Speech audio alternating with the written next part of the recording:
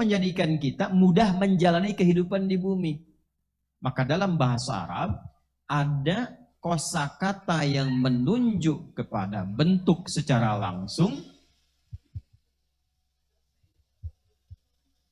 Tenang Bu, insya Allah tidak ada apa-apa. Ya, aman terkendali insya Allah ya, aman terkendali. Semua memberikan kode. Kipas di sini berputar ada kodenya. Karena berputar, ini menunjukkan bahwa dia berfungsi normal gitu kan. Nggak apa-apa. Di sini tidak ada desak-desakan yang membuat orang lain 30 pingsan. Tidak ada insya Allah. Aman. Ini semua spiritual ya. Aman ya. Lihat sini. Satu, maaf kelihatan ini? Bagus kelihatan.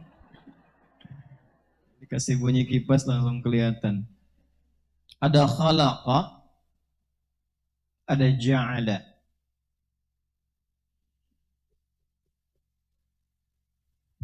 Satu, ada khalaqa. Dua, ada apa? Ja'ala. Baik. Kalau disebutkan dengan kata khalaqa, itu artinya bentuknya. Dicipta bentuknya. Wujudnya. Contoh, Allah saat menciptakan kita sampai wujud, itu menggunakan kata khalaqa. Quran surah 95, perhatikan ayatnya, di ayat yang keempat sampai 5 itu. Laqad khalaqnal insana fi ahsanit taqwim. Wujud ini. Jadi yang disebutkan dengan kata khalaqa itu wujudnya, bentuknya terlihat dengan materinya.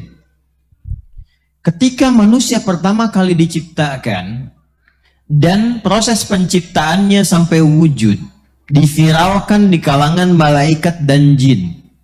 Jadi malaikat itu makhluk pertama yang ada, kemudian jin selanjutnya, lalu kita manusia. Di surah ke-15 ayat yang ke-28, wa idh qala rabbuka lil malaikati inni khaliqum basyara, menggunakan kata khalaqa dalam bentuk isim fa'il, khaliq. Khaliq itu artinya mencipta dari yang tidak ada sama sekali jadi ada. Bukan membuat sesuatu yang bahannya dari yang lain, bukan. Ya, jadi dari mulai bahan dari semuanya, dari nggak ada jadi ada. Itu khaliq namanya. Makanya kata khaliq hanya melekat kepada Allah, tidak selainnya. Dari sini muncul kata sang khaliq. Diksi khaliq itu ditemukan di Quran. Di antaranya Quran surah ke-15 ayat ke-28. Karena Allah ketika mencipta itu langsung wujud, kun fayakun, ada. Manusia nggak bisa. Kalau ingin membuat sesuatu mesti ada bahannya dulu. Bagaimana bisa membuat tisu begini, harus ada bahannya. Dia nggak bisa menciptakan bahannya. Pasti selalu ada barang-barang bahan tertentu untuk menjadikan benda itu wujud. Allah tidak demikian. Begitu kun, jadi. Maka difirmankan di ayat ke-28 menggunakan kata khaliqun dari kata khalaqa. Iqra bismi rabbikal ladzi khalaq. Khalaqal insana min 'alaq. Khalaqa artinya wujudnya. Jelas sampai sini? Tapi apa sih fungsi kehidupan manusia itu? Yang sudah wujud ini tugasnya apa? Fungsinya apa? Bergeraknya harus bagaimana? Ketika memberikan fungsi pada benda yang sudah wujud itu, pada makhluk yang sudah wujud itu, maka berubah katanya dari kata khalaqa menjadi ja'ala. Kalau khalaqa jadi khaliq, kalau ja'ala jadi ja'il. Perhatikan, diciptakan makhluknya, inni khaliqun basyara. Ya, Allah berfirman pada malaikat, pada jin sebagian yang ada pada masa itu. Ya, nah karena di ayat 27-nya jin duluan. Wal janna khalaqnahu min qablu min naris samum. Nanti di Quran surah 18 ayat ke-50 jinnya disebutkan. Ada jinnya. Ya, wa idh qulna lil malaikati isjudu li adama fasajadu illa iblis kana minal jinni fafasaqa an amri Rabbi. Jadi ada malaikat, ada jin pada masa itu. Diinfokan akan ada makhluk baru selain engkau yang akan diberi tugas. Maka diciptakan jadi makhluknya disebut dengan bashar untuk membedakan bahan materi ciptaan dari malaikat dan jin. Ini materinya berbeda. Ya, secara fisikal tampilannya beda. Nah, setelah wujud disampaikanlah, diviralkanlah oleh Allah di kalangan malaikat dan jin apa fungsi dan misi dari manusia yang sudah wujud itu. Maka pindah ke surah kedua Al-Baqarah di ayat ke-30 dengan kalimat pembuka yang sama tapi diksi yang berbeda pada penegasannya. Perhatikan Al-Baqarah ayat 30. Wa idh qala rabbuka lil malaika. Sama dengan Quran surah ke-15 ayat ke-28. Perhatikan bandingannya. Quran surah kedua ayat 30, Quran surah 15 ayat 28. Pembukanya sama. Wa idh qala rabbuka lil malaika. Sama di sini Al-Baqarah ayat 30, di sini Quran surah Al-Hijr ayat 28. Tapi di Al-Hijr inni khaliqun basyara. Baru dicipta. Setelah wujud dijelaskan fungsinya. Al-Baqarah ayat 30, inni ja'ilu fil ardi khalifah. Kalimatnya berubah dari khaliqun menjadi ja'ilun. Aku akan memberikan fungsi pada manusia yang telah berwujud ini sebagai khalifah di bumi. Akan menjalani kehidupan di bumi yang saling menggantikan. Diberi tugas ibadah untuk memakmurkan kehidupan di dalamnya. Jadi saya ingin katakan, kalau disebutkan khalaqa itu bentuk wujud. Kalau disebutkan ja'ala itu fungsi yang melekat pada wujud yang telah nyata itu, telah ada itu. Jelas sampai sini? Baik, sekarang masuk kembali ke An-Naba ayat 6. Di situ menggunakan khalaqa atau ja'ala. Balik lagi, baca sama-sama.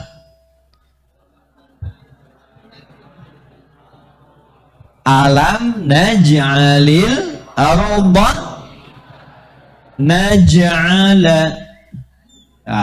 Ini kan karena ada lam jadi sukun. Naj'al karena nyambung jadi kasrah. Naj'alil. Alam naj'alil arda naj'alil arda. Naj'al asalnya dari kata ja'ala. Jadi ayat ini bukan ingin berbicara tentang bentuk bumi, tapi ingin berbicara tentang fungsionalisasi bumi yang sudah terbentuk itu. Bagaimana bumi bisa digunakan? Bagaimana semua yang ada di bumi itu bisa dijalani untuk beraktivitas? Itu maksudnya. Jelas? Jadi kalau ingin tahu bentuk bumi, keluar dari bumi. Cek. Pertanyaan selanjutnya, Ustadz, apakah ada isyarat tentang pembentukan bumi dalam Al-Quran? Ada. Cuman ayatnya bukan di sini. Nanti kalau sudah masuk suratnya kita bahas. Ada referensinya? Bisa. Quran surah ke-21 sejak bahkan menyatu dengan semuanya. Yang kelak ditemukan teori Big Bang itu kan? Ledakan besar, Big Bang. Quran surah ke-21 ayat 30. Satu. Awalam yaral ladzina kafaru anna as-samawati wal arda kanata ratqan fafataqnahuma.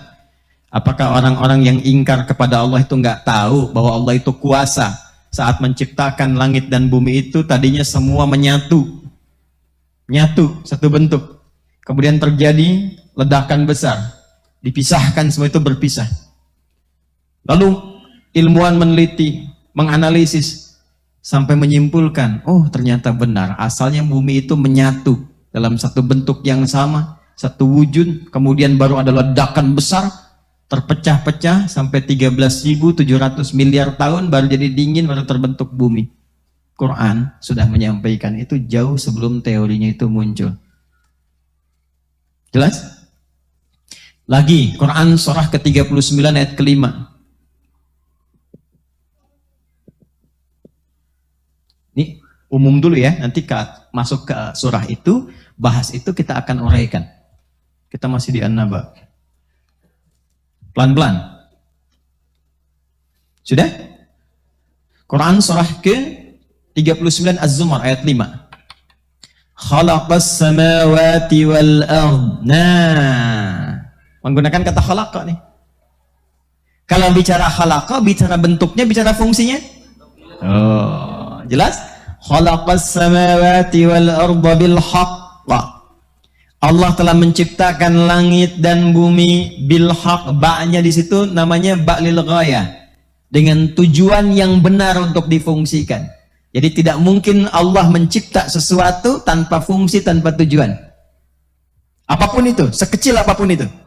Ba itu nanti fungsinya ada 14 dalam bahasa Arab. Nanti ba yang dimaksud di sini lil ghayah, dengan tujuan menerangkan kepada kita bahwa ada fungsi yang Allah tetapkan di langit dan bumi itu yang akan mengiringi kehidupan kita. Teruskan, belum selesai. Yukawwirul laila 'alan nahar wa yukawwirun nahara 'alal lain. Ini yang paling indah. Lalu Allah melipat, mengganti maksudnya. Teman menggunakan kinayah di sini.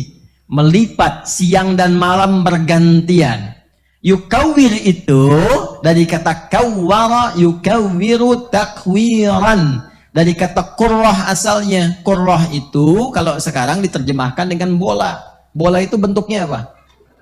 Karena itu ada yang mengatakan, ada isyarat dari sini kalau berbicara bentuk bumi terlihat seperti bola, bentuknya bulat. Apakah bulatnya bulat murni ataukah bulatnya setengah murni dan sebagainya, yang penting berbentuk seperti bola kalau bicara bentukannya. Ya.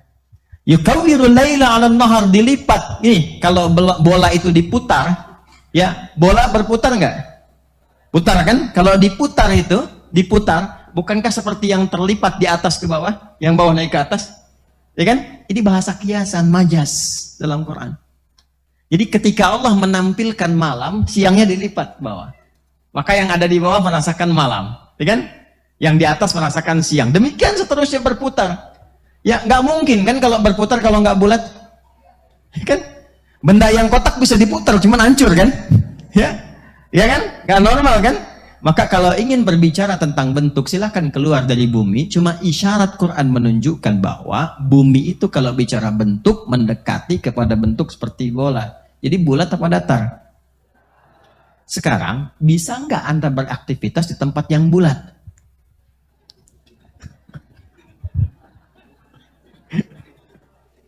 Bisa nggak? Beraktivitas di tempat yang bulat bisa nggak? Tidur di atas ban bisa nggak? Tidur di atas ban bisa nggak? Bisa aja kalau bannya dihamparkan gitu kan? Bannya dihamparkan begini, kan? Didatarkan, bisa kita tidur di atasnya. Tapi kalau bannya bulat bagaimana? Maka inilah menjadikan kuasa Allah, menjadikan setiap titik di bumi yang bentuknya bulat seperti bola itu, setiap titiknya dihamparkan. Yang ada di dalam bulatan itu dihamparkan supaya kita nyaman beraktivitas di dalamnya. Itu maksudnya. Siapa yang bisa menjadikan satu benda yang bulat di dalamnya bisa datar? Kecuali Allah. Jadi kita menyatukan antara teori bulat dan datar dalam satu kajian yang sama. Jadi kalau ingin bicara bentuk keluar, kita temukan pasti kelihatan bulat seperti bola. Masanya kan kita katakan, makanya kita katakan bola dunia. Iya. Halo? Betul kan? Tolong berikan globe bola dunia, gitu kan? Dibaca bentuk seperti bola, diputar-putar, putar-putar. Jelas sampai sini? Baik. Tapi bagaimana kita bisa beraktivitas di tempat yang bulat? Kalau bukan karena kuasa Allah, nggak mungkin bisa terjadi. Maka kata Allah, dari bentuk yang seperti ini, aku jadikan di dalamnya mudah beraktivitas karena aku hamparkan seperti hamparan. Nah, dalam bahasa Arab, menghamparkan sesuatu sehingga dari hamparan itu nyaman kita beraktivitas, seperti bayi yang mau ditidurkan dihamparkan dulu kan kasurnya itu. Ya, itu disebut dengan mihada namanya. Alam naj'alil arba mihada. Bukankah aku jadikan fungsi bumi itu nyaman bagimu beraktivitas? Itu terjemahannya. Baik. Bukankah engkau bersepeda di situ nyaman? Bukankah engkau berkendaraan nyaman? Bukankah engkau tiduran nyaman? Bukankah engkau macam-macam nyaman? Nah, pertanyaan terbesarnya adalah ayat ini ingin mengatakan, siapa yang bisa membuat seperti itu? Sampai kita berkata, Allah. Jadi dikejar akal kita. Ya, akal kita dikejar untuk mengucapkan satu kalimat saja. Hei, siapa yang bisa membuat satu ini benda yang bulat di dalamnya terhampar, dan di setiap titik yang bulat itu bisa dimudahkan untuk beraktivitas, bisa menjadi hamparan, tiduran bisa, bekerja bisa, aktivitas bisa. Siapa yang bisa menjadikan demikian? Dan dalam saat yang bersamaan benda itu berputar dan stabil dan stabil. Siapa yang bisa menciptakan itu? Siapa yang bisa menjadikan itu? Adakah yang lain yang bisa membuatnya? Kalau Anda mengakui itu Allah, lantas kenapa Anda menyoal firman-Nya? Itu maksudnya. Jelas? Oke, terus. Satu. Pelan-pelan ya. Alam naj'alil arda mihada. Nanti kalau sudah masuk kepada ayat-ayat ilmiah, isyaratnya kita akan hadirkan tafsir-tafsir ilmiah. Contoh misalnya apa kaitan bumi dengan matahari? Ada nanti. Nanti masuk ke surah Yasin ayat 38 sampai 40. Ya.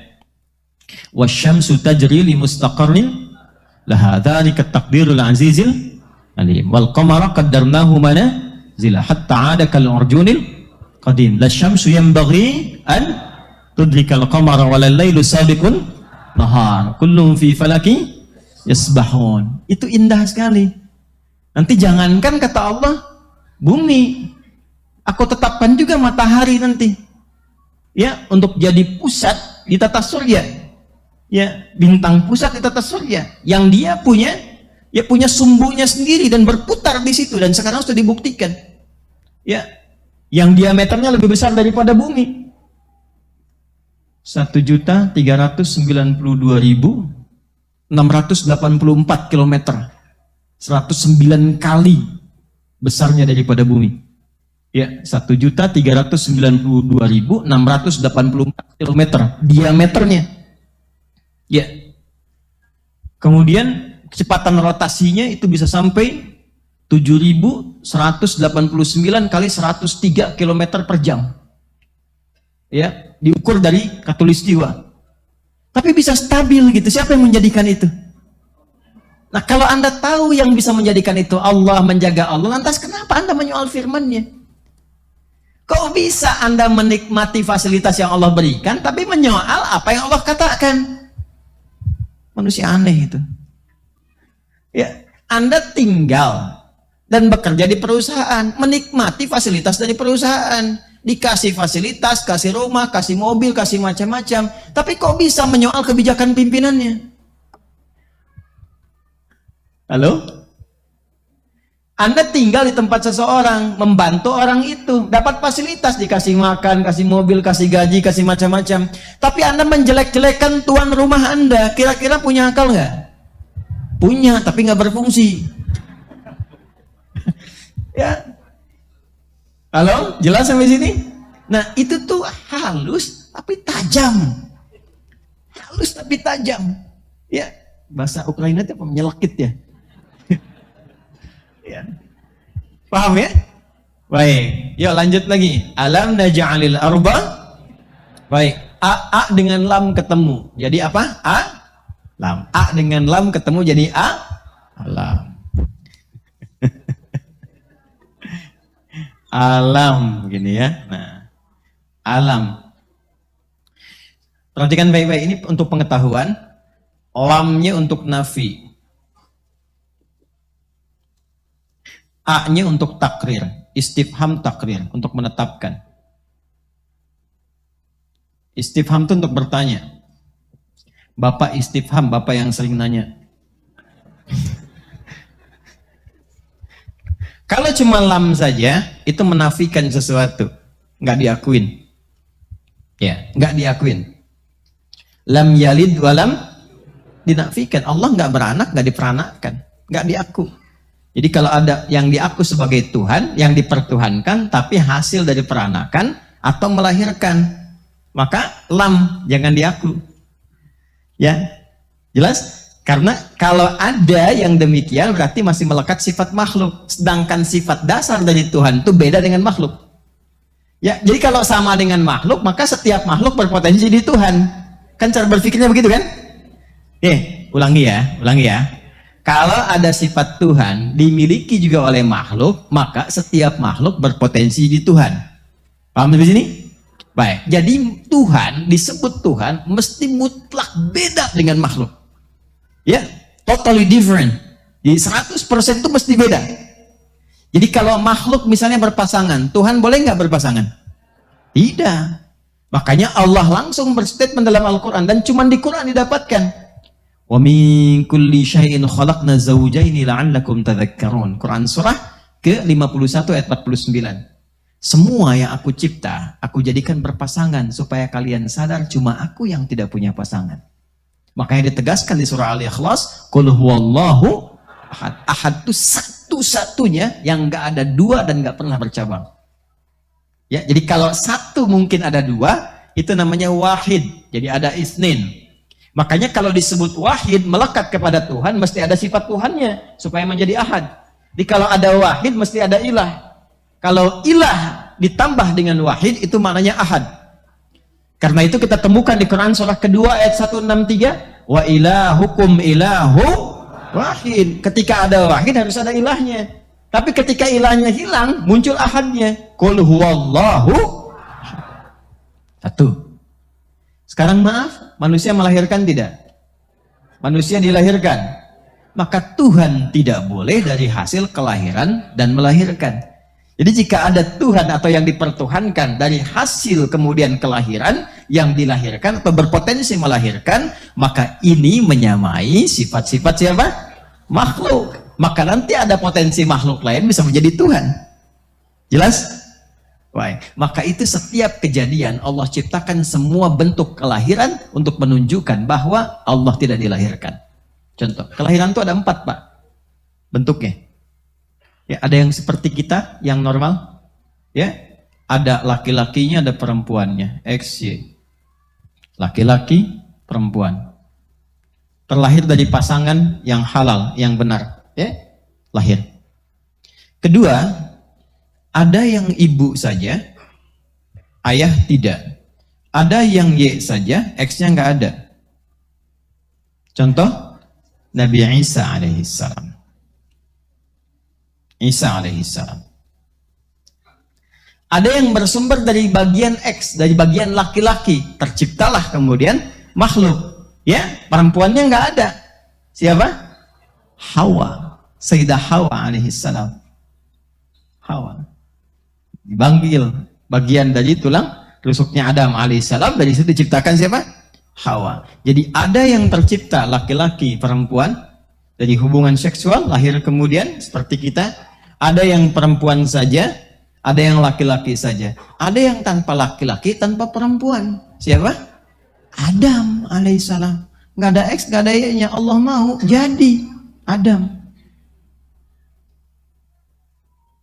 Untuk menunjukkan bahwa kalau Allah mau jadi semua. Tanpa ada laki-laki perempuan, jadi makhluk. Dari laki-laki, jadi Hawa. Dari perempuan, jadi Isa. Dari laki-laki dan perempuan, jadilah kita. Jelas kan? Untuk menemukan, menunjukkan Allah yang punya kuasa. Jadi kalau salah satu dipertuhankan, jadi bermasalah. Kenapa yang lainnya tidak? Misal, ini ada lahir dari perempuan, laki-lakinya nggak ada, dipertuhankan. Kenapa Hawa nggak dipertuhankan karena lahir dari laki-laki? Yang lebih hebat lagi, kenapa Adam nggak jadi Tuhan?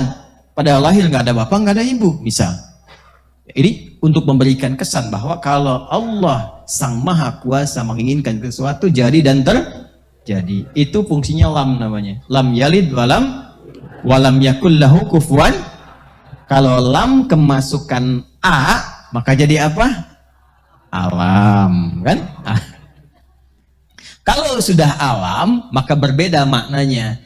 Alam a-nya istifham ketemu nafi menjadi takdir untuk menetapkan. Jadi kalau sudah ada kata alam, fungsinya berubah untuk menetapkan. Ya. Untuk meneguhkan, meyakinkan. Alam naj'alil arda mihada, untuk menetapkan, meneguhkan, akalnya masih ada nggak? Masih tetap nggak? Masih kokoh nggak dalam dirinya itu? Atau jangan-jangan belum pernah dipakai, jadi masih bening, masih murni. Jelas? Ayat 7, cepat. Wal jibala autada. Bah, ini ada informasi yang penting tentang jibal. Saya bacakan tafsirnya. Wal jibala autada. Jibal itu jama' dari kata jabal. Ya, saya ulang ya. Jibal jama' dari kata apa? Jabal.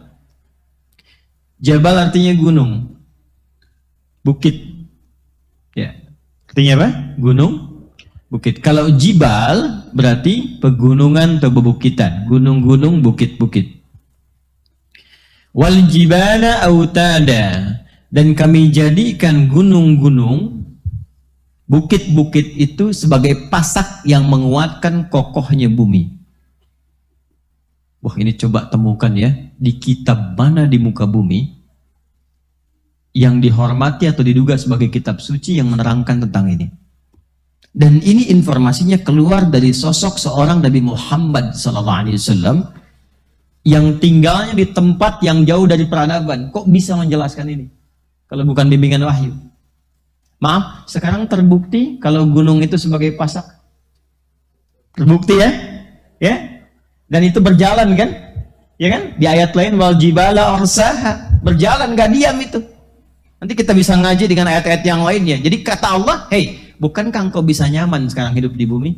Karena aku bentangkan isi di dalamnya. Dan bukankah engkau gak merasakan putaran bumi itu? Gak merasa kalau bumi berputar? Karena aku jadikan ada pasak-pasak gunung sebagai pasak di dalamnya. Sehingga kuat, kokoh, nyaman kau beraktivitas." Dan sekarang secara ilmiah itu bisa dibuktikan. Ternyata gunung bukan hanya hiasan keindahan di bumi yang bisa dipandang dan didaki, tapi ternyata juga adalah sebagai pasak yang menguatkan dan mengokohkan eksistensi bumi. Baik, siapa yang bisa menjadikan itu semua? Allah.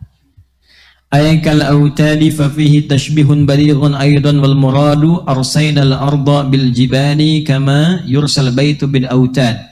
Yang dimaksud di sini adalah kami jadikan gunung-gunung itu sebagai pasak. Maksudnya ini adalah kiasan, tashbih baligh, diumpamakan perumpamaan yang nyata, seperti halnya Anda membangun rumah, tentu ada pondasinya, tentu ada pasaknya.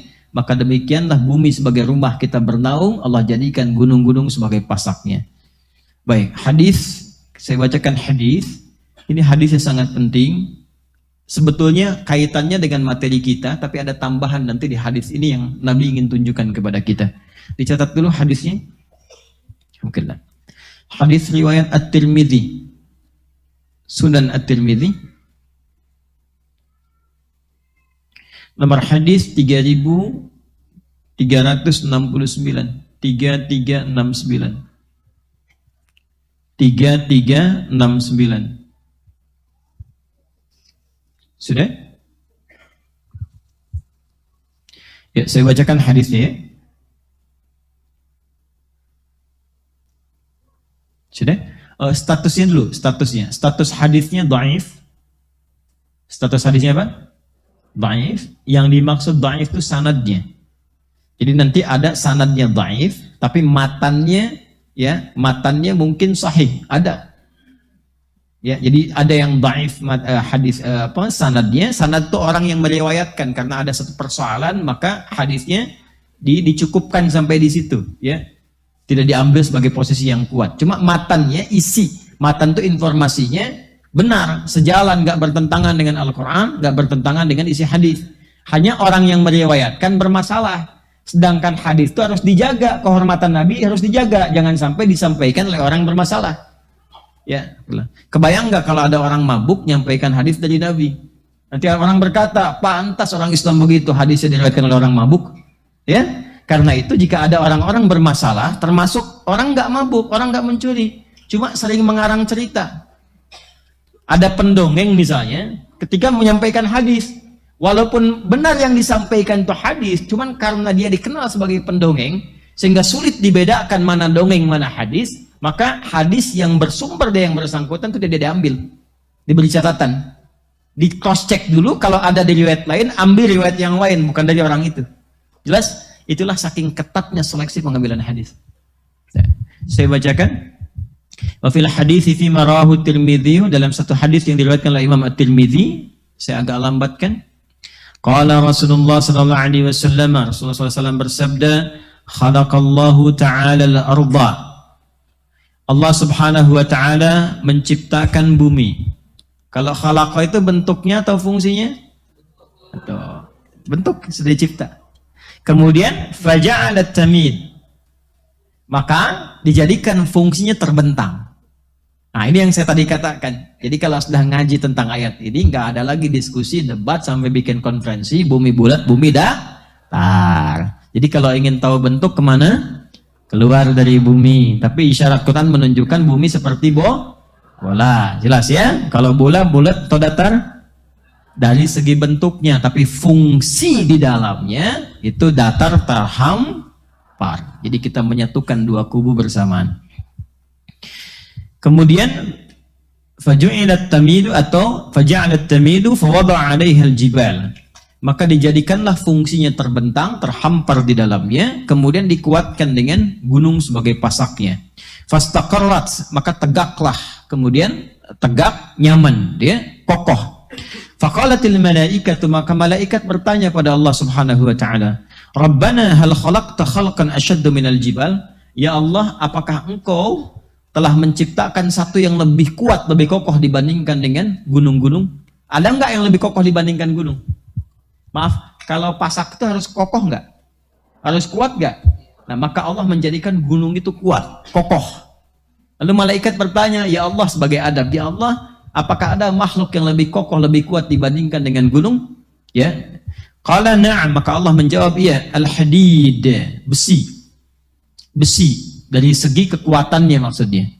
Kemudian faqalatil malaikah, malaikat bertanya lagi, Rabbana la khalaqta khalqan asyadda minal hadid? Ya Allah, apakah engkau pernah mencipta ya satu yang lebih kuat dibandingkan dengan besi? Qala na'am, ya, an-nar, api. Baik ya, api lebih kuat dibandingkan dengan apa? Besi. Teruskan, nanti ada sesuatu yang penting. Rabbana, diteruskan lagi, Rabbana hal khalaqta khalqan asyaddu minan nar? Ya Allah, apakah engkau mencipta juga yang lebih kuat dibandingkan dengan api? Qala na'am, ya, al-ma, aku ciptakan air. Makanya api kalah oleh apa? Air. Jadi kalau sedang ada tersengat panas, disiram pakai apa? Air. Kalau ada yang kepanasan, maka diteduhkan dengan apa? Air. Apa yang tercipta dari api? Setan, termasuk jin, kan? Maka orang-orang yang terprovokasi oleh jin, oleh setan, sehingga keluar amarah seperti api, wajahnya memerah, kata-katanya kotor seperti api, menyambar-nyambar, tangannya bereaksi seperti api, menyambar-nyambar, panas, melukai, menghantam, ya, yang seperti, mohon maaf, dilukiskan di Quran surah ke-15 ayat 27, wal janna khalaqnahu min naris min qablu min naris samum. Para jin kami ciptakan dari api yang menyambar-nyambar. Jadi kalau ada orang terprovokasi oleh was-was syaitan, alladzi yuwaswisu fi sudurin nas, terprovokasi sampai berubah wajahnya memerah seperti api, memerah. Ya, keluar kata-kata yang kotor, menyambar-nyambar, tangan, kaki, bereaksi dan sebagainya, maka padamkan dengan air. Tenangkan dulu, posisikan. Api itu kan kalau ditundukkan, kalau kita turunkan posisinya, diturunkan api yang besar tuh, bawahnya kemudian kita korek-korek jadi turun kan? Ya kan? Makanya kalau berdiri kata Nabi, duduk dulu. Kalau sedang marah dan keluar, duduk dulu. Supaya dengan posisi rendah itu lebih tenang. Jelas? Kalau enggak rebahan dulu. Turun dulu, turun. Kalau masih terbawa, setan masih provokasi, maka padamkan dengan air, wudu. Wudu. Sholat 2 rakaat supaya tenang, karena sholat itu menyatukan semua bentuk zikir. Doa ada di situ, istighfar ada di situ, tawakal ada di situ, sehingga ketika turun sujud lebih tenang keadaan dirinya, lebih tenang untuk mencerna. Itu yang salah satunya kita bisa ambil dari manfaat hadis ini. Teruskan.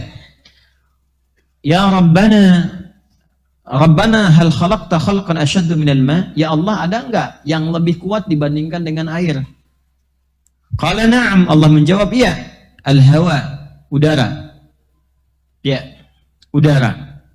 Kemudian faqalu, malaikat bertanya lagi, Rabbana hal khalaqta khalqan asyadda minal hawa? Ada enggak yang lebih kuat dibandingkan dengan udara?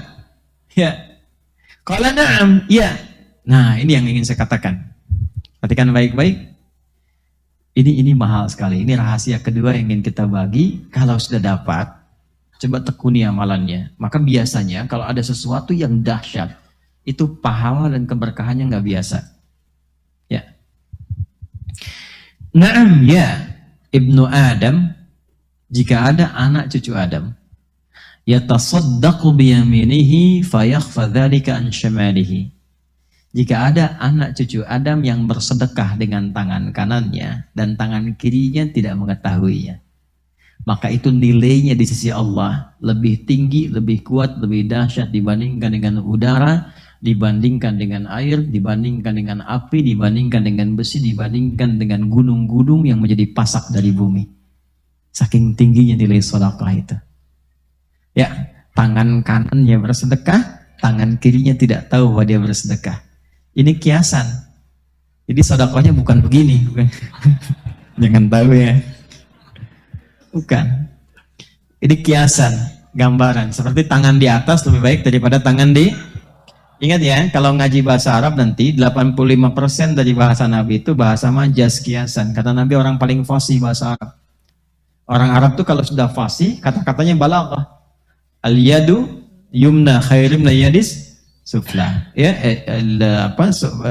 tangan yang kanan digunakan pada fungsi yang baik dibandingkan dengan yang kiri. Kemudian al-yadul ulya khairum minal yadil sufla. Tangan yang di atas lebih baik daripada tangan di bawah. Ini kiasan, maksudnya memberi lebih baik daripada meminta. Bukan mintanya begini. Di atas bukan. Nah, yang dimaksud tangan kanan memberi, tangan kiri itu tidak melihat, maksudnya menghindari riya. Menghindari apa? Riya. Ya, memberi tidak harus banyak orang tahu. Nyumbang tiba-tiba udah jadi hamba Allah gitu kan. Nah, itu lebih baik. Memberi terbuka pun nggak apa-apa. Siapa yang mau bersedekah untuk masjid saya 100 juta, boleh-boleh saja asal bisa mengendalikan perasaan dirinya. Ya, saya Pak 100 miliar, oh Masya Allah Pak, tapi tolong buatkan spanduk dari Sabang sampai Merauke. Saya itu fotonya yang besar gitu. Nah, itu persoalan. Nah, jadi ternyata saya mau berikan rumus sedekah itu kalau dilakukan dengan niat yang ikhlas, itu nilainya tinggi di hadapan Allah sampai mengalahkan kuatnya pasak gunung yang menjadi pasak bumi. Kuatnya gunung yang menjadi pasak apa? Bumi. Ini bahasa kiasan, maksudnya apa? Saking tinggi nilainya di sisi Allah, itu sampai mengalahkan kekuatan gunung sebagai pasak apa? Bumi. Makanya kalau ada orang bersedekah dengan bentuk harta, itu nilainya di dalam surah Al-Baqarah di ayat 261. Itu paling sedikit 700 kali lipat. Berapa? Paling sedikit ya, karena ayatnya suka dipotong sampai situ padahal belum selesai. Matsalul ladzina yunfiquna amwalahum fi sabilillahi kamatsali habbatin ambatat sab'a sanabil 7 fi kulli sumbulatin mi'atu habba 100. 1 kali 7 kali 100. Berapa? 700. Belum selesai. Wallahu yudha'ifu liman yasha wallahu wasi'un alim. Dan Allah akan melipat gandakan tanpa batas bagi siapapun yang tidak pernah berhitung dalam memberi. Jadi kalau nggak berhitung, Allah beri tanpa hitungan. Dan yang dimaksud 700 itu jangan dipahami dengan batas materi sehingga menjadi materialistik. Jangan pahami begini, kalau saya sedekah misalnya 100 rupiah, maka kalikan 700, saya akan dapat balasan 70.000. Maka di hari ini saya akan mendapatkan 70.000 dari Allah. Tidak begitu. Bentuknya bisa macam-macam. Ini yang dimaksud pahala, dimaksud akhirat. Yang dimaksud akhirat. Anda ngaji Quran, satu hurufnya berapa? 10. Sholat dikerjakan, selesai, dapat 10. Tapi sedekah begitu dilakukan 700 kali lipat. Jarak satu keduanya 500 tahun. Dua ketiga 500 tahun. Tiga keempat 500 tahun. Itu tinggi. Kalau sholat, yang tidak punya harta pun sholat. Ngaji, siapapun bisa ngaji. Tapi bisa mengeluarkan apa yang dimiliki dari titipan harta itu nggak mudah. Karena itu begitu keluar dan dilakukan karena Allah, apresiasinya tinggi. Kalau urusan dunia, balik dengan urusan dunianya, itu berkahnya saja. Bentuknya tidak harus dalam bentuk uang. Bisa jadi Anda dapat proyek nilainya ya 700 kali lipat. Bisa jadi Anda tidak sakit, terjaga dari sakit yang nilainya demikian. Bisa jadi. Tapi yang dimaksud di sini pahalanya. Jelas? Nah, jadi ketika berbicara tentang gunung, dalam hadis ditambahkan di tafsir ini, tafsirnya Ruhul Ma'ani, karya Syekh Al-Alusi. Ruhul Ma'ani, ya.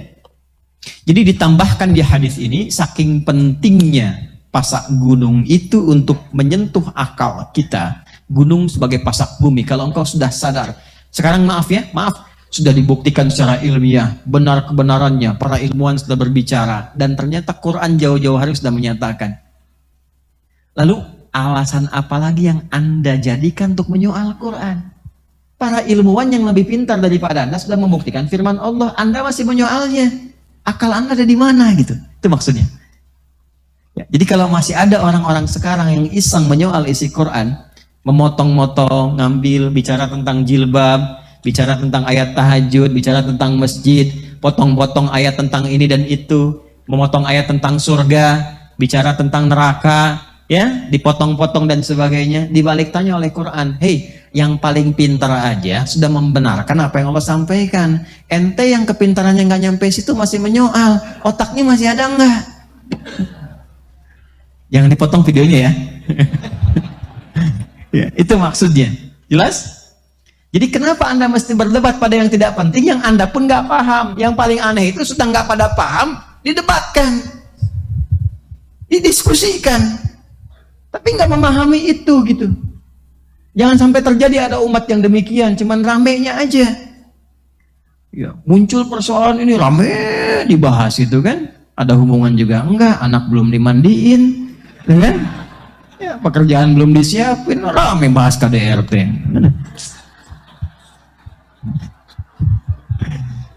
Halo? Kenapa?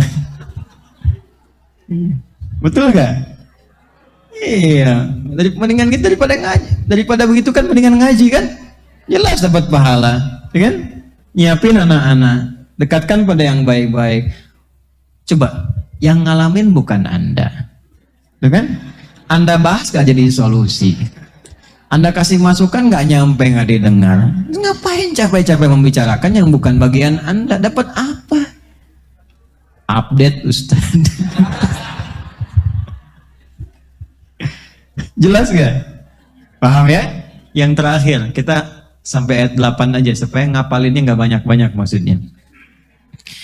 Kemudian setelah itu teruskan.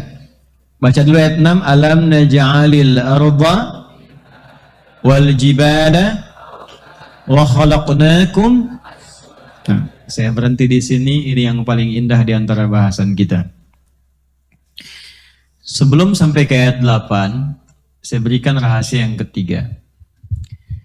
Pernah dengar Imam Nawawi Al-Bantani? Pernah dengar ya? Nah, kalau kenal saya meragukan gitu. Baik. Alim tidak?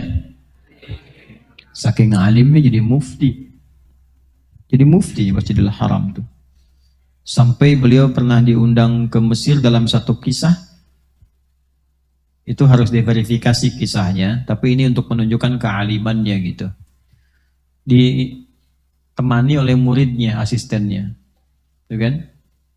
Asisten ulama loh, bukan main-main, ulama besar. Karena viral, kepintarannya itu, kejeniusannya luar biasanya sampai ke Mesir diundang sama ulama-ulama Mesir.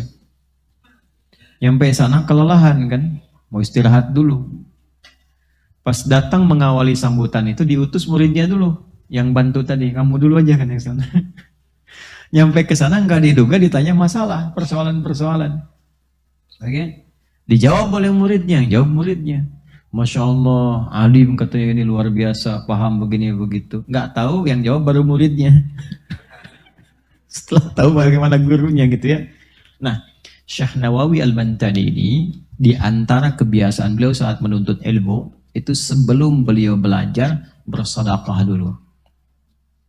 Ya, dan sedekahnya itu diniatkan mohon kepada Allah agar tidak diperlihatkan aib gurunya. Jadi beliau tuh nggak pernah sibuk dengan aib gurunya. Akhirnya yang didapatkan semua kebaikannya. Baik lawannya apa? Lawan baik apa? Jika seseorang sudah menafikan yang buruk-buruk, maka yang keluar dari dirinya yang baik-baik saja. Jika seorang sudah tidak peduli dengan keburukan orang lain, karena dia melihat sepanjang manusia pasti ada keburukannya, maka yang akan dia dapatkan kebaikannya saja. Jadi kalau Anda mencoba mencari keburukan orang lain, akan selalu ditemukan. Termasuk guru. Apalagi saya, pasti banyak kesalahan, kekurangan. Tapi kalau Anda mencoba mengabaikan itu, maka yang Anda dapatkan hanya semua kebaikan dan kemuliaannya saja. Itulah yang didapatkan oleh Al-Imam An-Nawawi Al-Bantani. Itu rahasianya. Jadi betapa tingginya sedekah, bukan hanya menghilangkan kesulitan yang mungkin dialami, mendatangkan solusi yang mungkin sedang dirasakan masalahnya, tapi juga dalam saat yang bersamaan meningkatkan rahmat Allah dari apa yang sedang kita cari. Jelas? Baik. Teruskan. Alam naj'alil arda wal jibala. Kemudian setelah itu khalaqnakum. Baik. Dan kami telah mencipta kalian dengan fitrah untuk berpasangan. Azwaja jamak dari kata zauj. Apa itu zauj? Baik. Ini bagian penutupnya. Wa khalaqnakum azwaja. Kalau khalaqa itu, maaf. Baik, sebentar. Khalaqa itu kan kata kerja. Kalau kata benda isim fa'ilnya, pelakunya disebut apa tadi? Masih ingat? Khaliq. Jadi yang bisa khalaqa itu hanya khaliq. Yang mencipta itu siapa? Khaliq. Dialah Allah. Baik, wa khalaqnakum, dan aku, kata Allah, dengan keagunganku. Perhatikan, ketika berpindah pada ayat 8 menggunakan kata khalaqa dan pakai na. Khalaqna. Rumus cepat. Kalau dalam Quran ada ayat yang menggunakan inna anzalna, jelas khalaqna. Ini menunjukkan peristiwa itu begitu penting dan agung sampai Allah menghadirkan keagungan zatnya, berubah dari tu menjadi na. Jelas? Dan aku ciptakan kalian berpasangan. Satu. Jadi Bapak Ibu sekalian, keberpasangan itu ditempatkan oleh Allah sebagai sesuatu yang agung, yang istimewa, bukan sesuatu yang main-main. Dan yang dimaksud berpasangan ini di sini nanti ditafsir lagi. Bagaimana cara berpasangannya ya Allah? Turunlah Quran surah ke-30 ayat 21. Ini yang seringkali dicantumkan dalam surat undangan itu sebelum akadnya dimulai. Ya, Quran surah 30 ayat 21. Perhatikan baik-baik, pelan-pelan.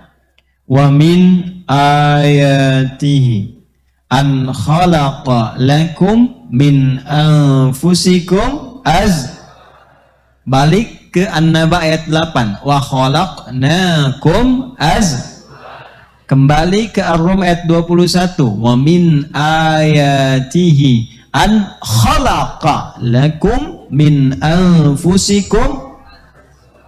Perhatikan baik-baik. Bapak Ibu sekalian, keberpasangan ini sebelum terjadi itu didahului oleh Allah dengan kata ayat bentuknya jama'. Wa min ayatihi. Satu. Ayat, ini bagian terakhir dari kajian kita. Itu jama' dari kata ayatun. Ayatun jama'nya ayat. Yang artinya apa? Bukan. Bukan sekedar tanda. Tanda itu banyak dalam bahasa Arab. Ada alamat. Pernah dengar alamat? Itu dari bahasa Arab. Alamat itu tanda yang mendekatkan pada tujuan. Di mana alamatnya mesin An-Nur? Oh, Jalan Bendi sekian, sekian, sekian. Ketika Anda tahu alamatnya, Anda semakin dekat untuk sampai ke tujuan. Tak tahu alamat, Anda berputar-putar. Tapi ayat hanya disebutkan dalam bahasa Arab untuk menunjuk tanda yang mendekatkan seorang hamba kepada Allah. Tanda yang mendekatkan makhluk kepada Khalik. Jika bentuknya jama', berarti bukan sekedar dilekatkan satu tanda. Banyak segala hal yang terjadi di dalamnya yang berpotensi mendekatkan seorang hamba kepada Allah. Maaf, saking tingginya sifat kebersamaan, saking agungnya, Allah membuka dengan kalimat ayat untuk memberikan kesan bahwa satu, niat untuk berpasangan itu dalam bahasa singkatnya untuk menikah, untuk berumah tangga yang menjadikan kehidupan seorang hamba berpasangan. Kata Allah, kalau memang ingin berumah tangga yang benar, berumah tangga yang nyaman, berumah tangga yang baik, maka jadikan niat pertamanya bukan hanya untuk bersatu, tapi diniatkan untuk mendekatkan diri kepada Allah Subhanahu wa Ta'ala. Jadi kalau ada orang berumah tangga sampai detik ini, belasan tahun, puluhan tahun, hanya untuk menyatu saja, memadu kasih, cinta, rindu, dan belum mampu mendekatkan dirinya dengan Allah, maka ada yang belum sempurna dalam kehidupan rumah tangganya. Ada yang belum tepat, ada yang masih kurang. Lebih daripada itu, karena dibuka dengan kata ayat, maka kebersamaan itu dan keberpasangan itu bukan main-main, bukan sembarangan, apalagi untuk melakukan perbuatan maksiat. Karena itulah zina menjadi dosa di antara dosa yang besar, karena bukan sekedar dikerjakan, ya, tapi juga melanggar lafaz ayat di dalamnya. Ketika Allah tempatkan dalam situasi yang agung, malah dilecehkan, maka menjadikan bagian dari itu konsekuensinya dosa yang sangat besar. Ya, maaf, kalau ada orang misalnya air zam-zam itu, zam-zam istimewa nggak? Agung nggak? Tiba-tiba ada orang ke situ pipis di atas sumur zam-zam misalnya. Kira-kira bagaimana responnya? Bukan hanya tidak terhormat, bisa terancam keadaan dirinya kan? Ya, ada orang yang sengaja melecehkan apa yang Allah agungkan. Maka pelecehan yang dilakukan oleh hamba itu dijadikan oleh Allah sebagai dosa yang sangat besar. Kenapa? Karena agung, karena tinggi. Karena itu Allah jadikan proses berumah tangga dengan cara yang terhormat. Ada ta'aruf, ada saling mengenal, ada pemberian mahar. Jadi makanya para akhwat, saya sering katakan, jangan mau dianggap rendah tuh. Jangan mau diperlakukan rendah. Ya, Anda itu istimewa di hadapan Allah. Ikhwan juga demikian, jangan merendahkan status Anda di hadapan Allah dengan melakukan tindakan yang tidak terpuji. Ya, belum apa-apa, dan naik beca berdua, seakan beca milik bersama, tukang beca nggak dianggap. Apalagi jika sudah melepaskan kehormatannya, rendah itu. Jangan, Anda terhormat. Makanya perempuan kan nggak boleh disentuh, kecuali sudah melalui sesuatu yang istimewa ini. Kalau sudah melakukan hal yang istimewa, Anda istimewa, prosesnya istimewa. Maka jalani itu sebagaimana Allah telah menempatkannya. Itu indah. Karena itu kalau ada orang ngajak, belum sah, belum halal, ayo naik motor berdua. Gak mau ah. Setelah abang punya BPKB, baru aku mau. Ini ada, ini tuh BPKB-nya. Bukan, buku pernikahan kita berdua. Catat.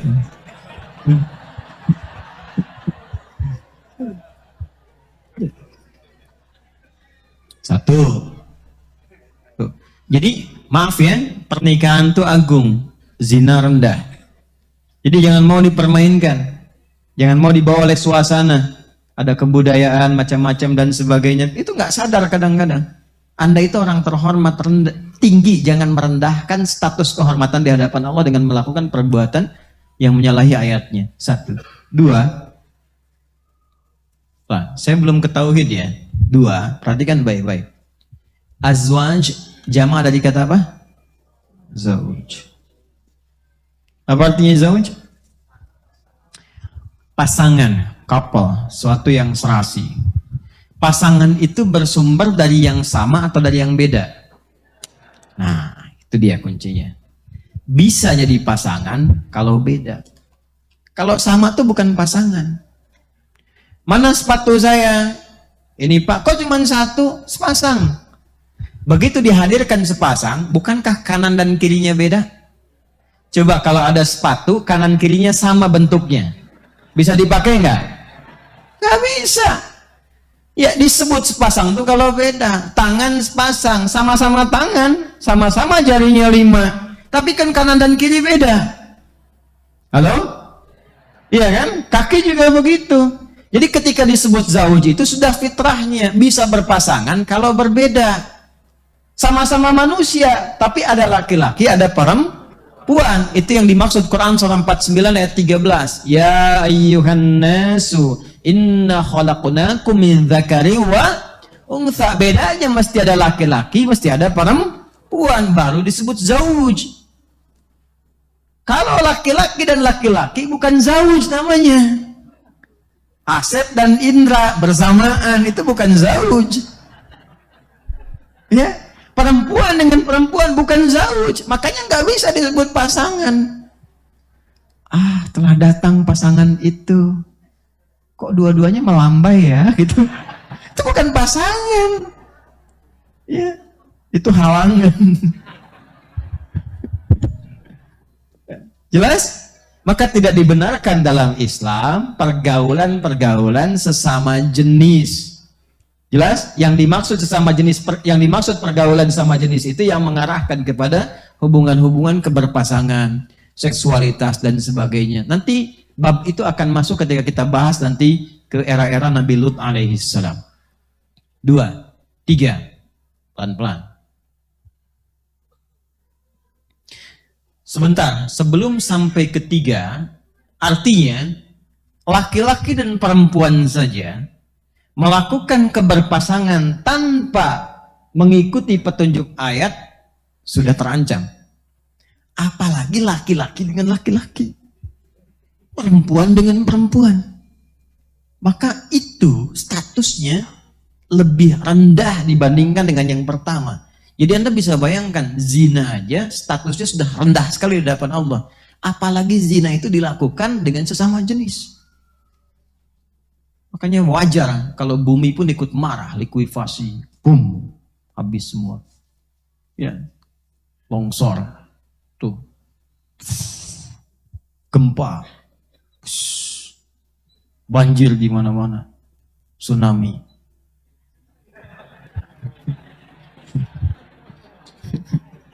Kenapa ketawa? Dan biasanya makin dekat ke kiamat, dosa-dosa di masa lalu makin terakumulasi. Makin terakumulasi dan bentuknya yang paling aneh, makin aneh-aneh. Ya, zaman Nabi Lut kan yang homo cuma laki-laki kan? Hubungan sama jenis cuma laki-laki kan? Itu nanti mendekat ke akhir-akhir zaman, itu terakumulasi. Jadi makin aneh. Perempuan bisa ikutan. Dulu nggak ada sampai Nabi Lut perempuan tuh, cuma laki-laki aja. Sekarang ada nggak perempuan ikutan? Ada. Terus laki-laki pengen jadi perempuan, ya sehomo-homonya homo di zaman Nabi Lut, tetap laki-laki.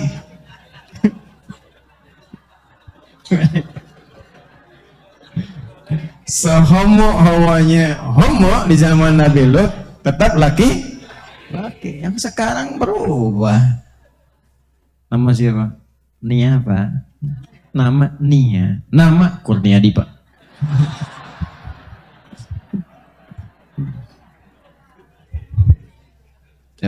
Rendah. Jadi kalau makin turun makin rendah. Yang ini sudah rendah, turun ke bawah jadi lebih rendah lagi. Yang ketiga, tadi kalau dipasangkan itu harus dari asal yang beda kan? Baik. Sekarang begini. Kalau pasangan itu berjalan bersamaan atau berjalan bergantian?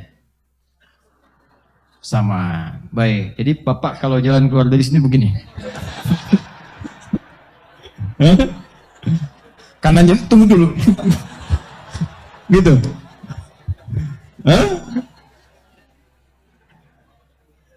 Melengkapi itu sama-sama.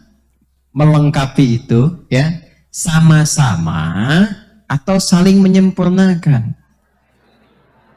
Ya. Makanya jangan pernah kalau berumah tangga harus merasakan semua sama. Ikut. Tidak. Kadang-kadang memang ada kekurangan di pihak A dilengkapi di B. Ada yang pergi harus berangkat, yang ini harus menunggu. Ada yang ini kerjakan, yang ini kemudian berdoa. Tidak harus semua disamaratakan. Tidak ada misalnya suami harus, istri harus sama. Istri juga mengatakan suami harus sama. Tidak. Tapi tempatkan sesuai dengan fungsi yang telah Allah atur. Ini peran suami, ini peran istri. Kalau setiap hak dan kewajiban terjaga dan perannya dilakukan, itu insya Allah akan muncul selanjutnya 3 hal. 3 hal. Apa 3 hal itu?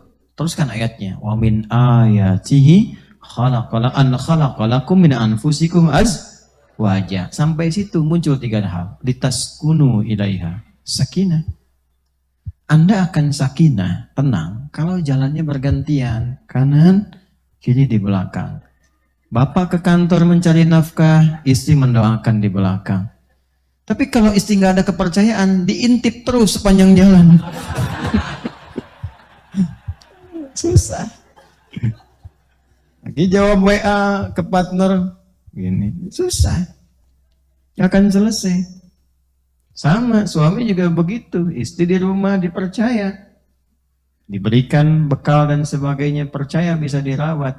Ya, kalau ini sudah maju, mau mundur terus kan susah juga. Gak akan pernah nyampe ke tujuan. Jadi ini bisa berjalan kalau saling melengkapi. Kalau mau dicari kekurangan, namanya manusia, pasti ada kurangnya Pak, Bu. Pasti ada kurangnya. Yang harus digali itu adalah tahu tanggung jawabnya. Jadi ibu belajar, jangan-jangan selama ini sudah menjadi ibu puluhan tahun, belum tahu kata Quran harus ngapain jadi ibu itu. Bapak juga begitu. Apa perannya, apa fungsinya? Kenapa di surat Yusuf laki-laki jadi matahari? Kenapa perempuan jadi rembulan?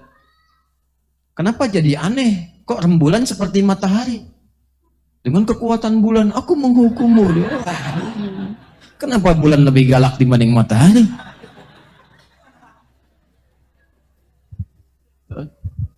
Nah, itulah. Bukankah ada keindahan dalam kehidupan rumah tangga? Kata Allah, aku ciptakan kau berpasangan. Dengan pasangan itu ada ketenangan, sakinah. Maaf yang belum nikah ya, mudah-mudahan ya sebelum kiamat kurang 2 hari lah bisa terlaksana insya Allah. Bisa terlaksana. Kemudian dengan berpasangan itu ada rahmat, ada kasih sayang, ada perhatian. Biasanya makan gak ingat siapa-siapa, sekarang mau beli makan pun masih ingat yang di rumah. Ada keterkaitan, ketertautan. Kemudian ada mawaddah. Mawaddah itu cinta dari segi materi, fisik. Dulu gak pernah ngasih hadiah, sekarang masuk miladnya tiba-tiba dari kantor udah menyiapkan sesuatu. Ibu udah masak yang enak, gitu kan? Mama, gitu, Masya Allah, ibu dapat hadiah iPhone terbaru misalkan. Wah, Papa, terima kasih banyak. Ya, tiba-tiba KW misalnya kan. Ya, ya nggak apa-apa lah gitu kan. Yang paling gak enak itu ibu yang nanam bunga mawar udah bagus-bagus kan. Suami mau romantis, dipetik dari luar. Gitu.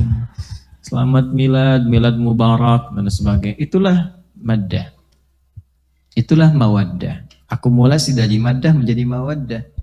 Dan itu bisa dirasakan. Nah sekarang, kalau Anda sudah mengalami itu, kenyamanan, ketenangan, keceriaan, hadirnya anak-anak dan sebagainya, siapa yang bisa menciptakan itu? Siapa yang membuat semua itu? Siapa yang menanamkan itu? Anda katakan Allah. Kalau Anda sudah yakin itu Allah, lalu kenapa Anda mesti menolak dan melecehkan firman-Nya? Dan menyoal serta mengolok-olok firman-Nya? Yang paling aneh, Anda menikmati fasilitasnya. Allah perkenankan kau menikah, kau punya istri, punya anak, nyaman. Saat yang bersamaan, kau masih menodai firman-Nya. Coba para penista Al-Quran itu, kalau sedang bicara tentang Quran, menyoal isi Quran, bukankah saat bersamaan dia menikmati fasilitas yang Allah berikan? Ya? Dan yang paling aneh itu menikmati fasilitas, masih bermaksiat di hadapan pemberinya. Itu tarik ke dalam diri kita masing-masing. Itu poinnya. Poinnya. Allah ingin tegaskan secara tauhid, aku yang tunggal, kalian yang berpasangan. Tapi jangan sampai fasilitas kehidupan yang aku berikan menjadikan kalian menodai apa yang aku firmankan. Jelas sampai sini? Baik, maka selesai kita di ayat yang ke-8 dan insya Allah kita akan lanjutkan pada ayat-ayat yang berikutnya. Sebelum kami tutup, izinkan saya menyampaikan informasi yang cukup penting. Yang pertama, tolong catat harinya dan tanggalnya. Hari Kamis. Hari apa? Hari Kamis. Kamis pertama di bulan Desember. Tanggal 1 atau 2 itu? 1 ya? Tanggal 1 Desember 2022. Sudah? Tanggal 1 Desember hari Kamis tahun 2022. Udah belum? Ya, itu adalah hari pertama di bulan Desember.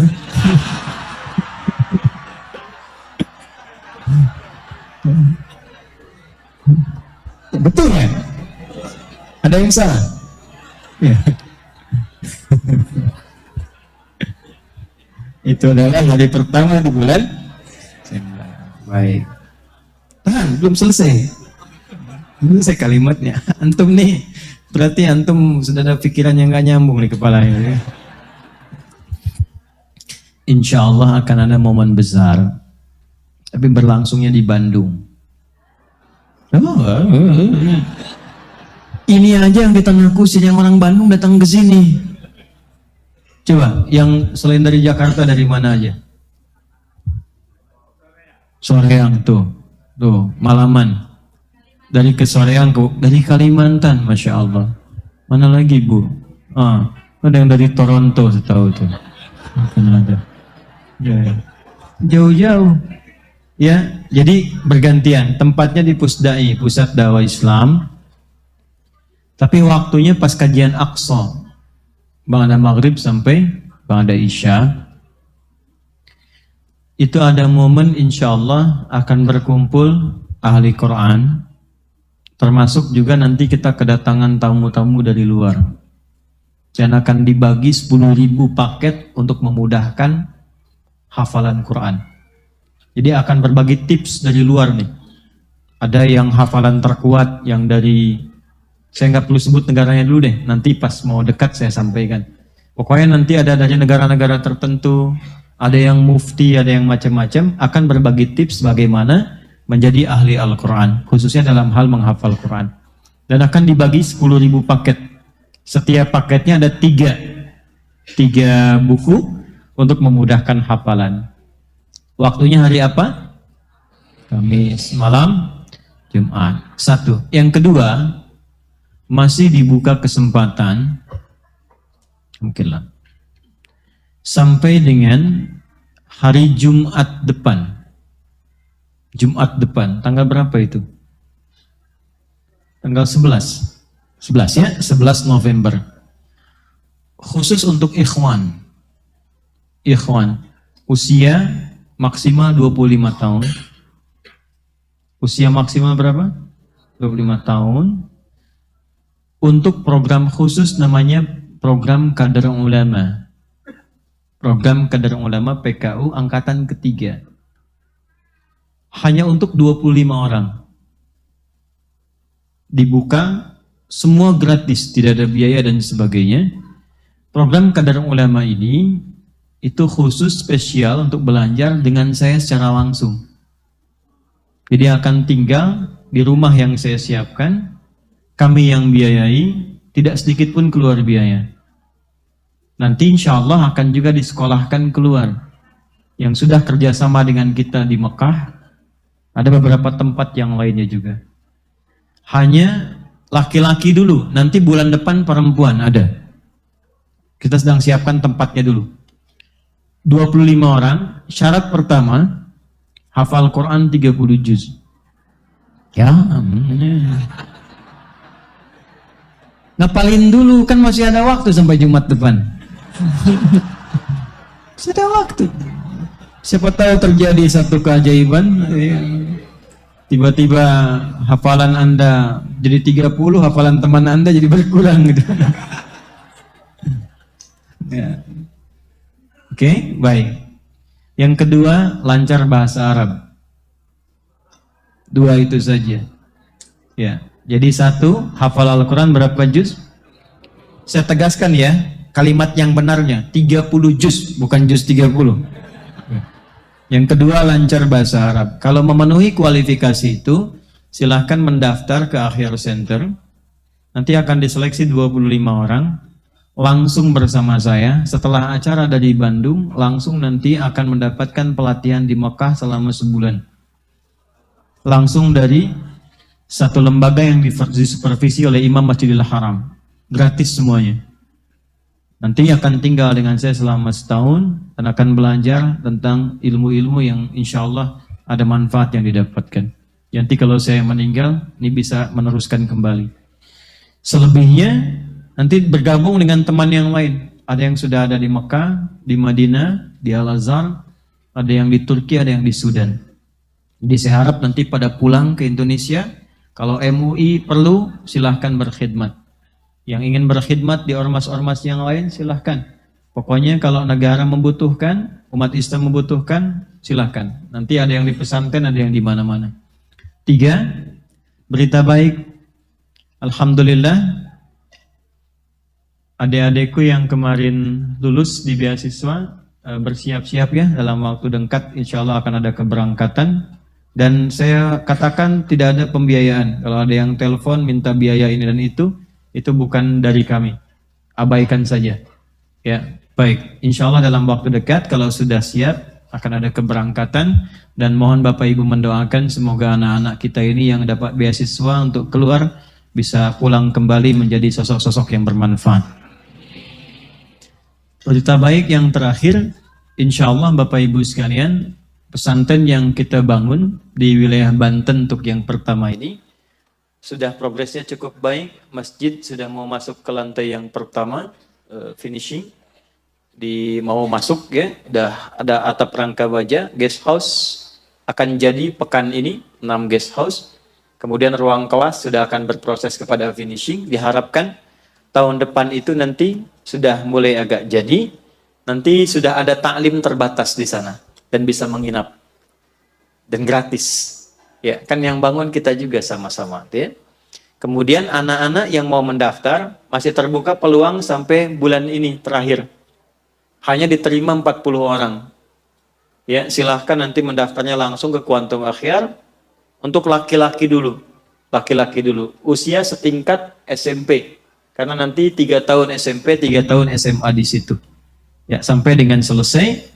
Dan insya Allah sedang kita siapkan, saya juga sedang nabung-nabung supaya nanti bisa memberikan fasilitas yang lebih nyaman. Tapi nanti nyambung ke atas S1, S2, S3, kita sedang kerjasama dengan 19 negara supaya beasiswa sampai S3 selesai. Insya Allah. Ya. Mohon didoakan dan kita bangun bersama-sama, karena saya nggak miliki satupun di situ aset atau apapun. Itu semua wakaf dari tanahnya, dari fasilitas. Saya cuma numpang dan minta dibuatkan 1 slot untuk kuburan saja. Kalau kiranya wafat nanti bisa di situ gitu. Selebihnya semua wakaf nilainya. Baik, saya kira itu yang bisa disampaikan. Besok kita bersambung subuh, ba'da subuh di Masjid Al-Azhar Jaka Permai di Bekasi insyaallah. اللهم تقبل منا إنك أنت السميع العليم وتب علينا إنك أنت التواب الرحيم اللهم ربنا آتنا في الدنيا حسنة وفي الآخرة حسنة وقنا عذاب النار وصلى الله على حبيبك الكريم رسولك المصطفى الأمين سيدنا محمد وعلى آله وصحبه أجمعين وآخر دعوانا سبحانك اللهم وبحمدك نشهد أن لا إله إلا أنت نستغفرك ونتوب إليك والحمد لله رب العالمين. Assalamualaikum warahmatullahi wabarakatuh.